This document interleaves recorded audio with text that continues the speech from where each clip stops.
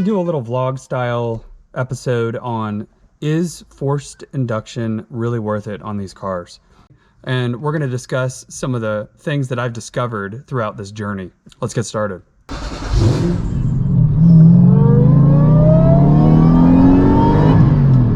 What do I like about it? Of course, I like the increase in power. I especially like it on a daily driver with the supercharger setup, because I'm not waiting for a turbo to spool up or turbos to spool up. I love turbo sounds. I would love to have done it. I know Hellsteel is kind of the front runner right now and coming out with kits for the UZ platform. From a turbo standpoint, it required way more fabrication. It was not turnkey. There was a lot more effort involved in even considering that. From a tuning standpoint, it may have been a little bit easier actually, because your boost comes on a little bit later, so you don't have to deal with that low RPM boost necessarily like you do with the supercharger. So I really enjoy the increased power. I enjoy the sound. Although I prefer the turbo sound with lots of wastegate noise and flutter. I think that sounds just really cool, and it can be recognized by anybody.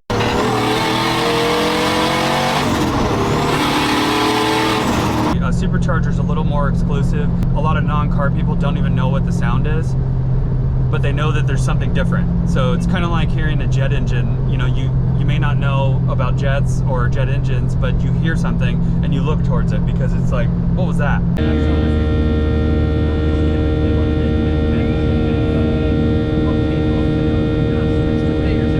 High-speed freeway driving, the car, I mean, I'm in 5th gear right now, and it's just holds hard. You can feel it. So I really like how it transformed the car. It didn't make it uncontrollable. It didn't make it scary.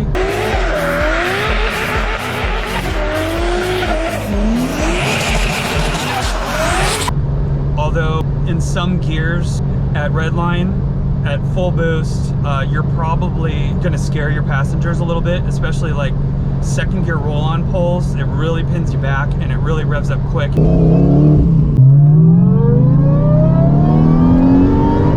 From a cons list, one thing I don't like is it's been really hard to find a belt that doesn't squeak on cold start. So on cold starts, I get belt squeak, and there's a lot of debate out there, if you look at the Mustang forums especially, about those guys suffering with some belt squeak, and same with some other guys as well, like some of the Jaguar forums and stuff, you'll find some of that. A lot of people say, well, just go to a Gatorback, man. Like, Gatorbacks don't squeak. And it's like, well, they don't make a Gatorback in this size. That's problem number 1 for me. Problem number 2 is it's generally an alignment issue on your pulleys. It goes away pretty fast, so it's something I've learned to live with, but the colder the weather, the longer it squeaks, and then it starts to go away once the engine warms up.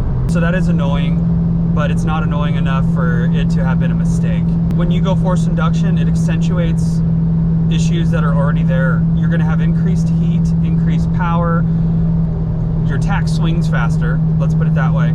So you have a lot more opportunity for the car to demonstrate that it has an underlying issue. And it gets really annoying when you're all excited about your forced induction setup and it's running great, and then this problem surfaces and you're like, oh, okay, wonderful. You also will want to try it out more often. So as you're driving in traffic and stuff, you might say, well, I bet I could beat that car now. And so you might get in a little more trouble. The car will peel out easier, so you might go through tires faster. You need to have a certain level of maturity when you go forced induction, and I'm not quite there yet.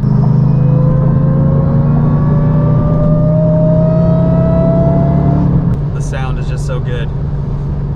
The supercharger does add some parasitic drag to the engine.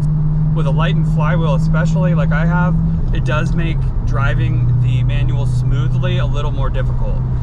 I kind of like the challenge, and I'm up for it, and I rarely stall it. I have stalled it, but I rarely stall it, just because I know the vehicle pretty well. Now, if you lend your vehicle to somebody, they might struggle with it a little bit.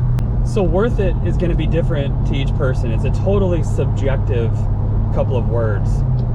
I had the ability, the car was in good working order, maintenance was up to date, and I was at a decision point where I kind of wanted to get something else or continue with this vehicle. So if you reach a similar crossroads, plus not to mention the used car market was insane, and it still is as I do this vlog, those were all deciding factors in my decision to go forced induction. I would definitely do a manual swap before I did forced induction. If you think that you should just go ahead and do forced induction and leave that stock transmission in place, I do not advise that at all. There you have it, guys.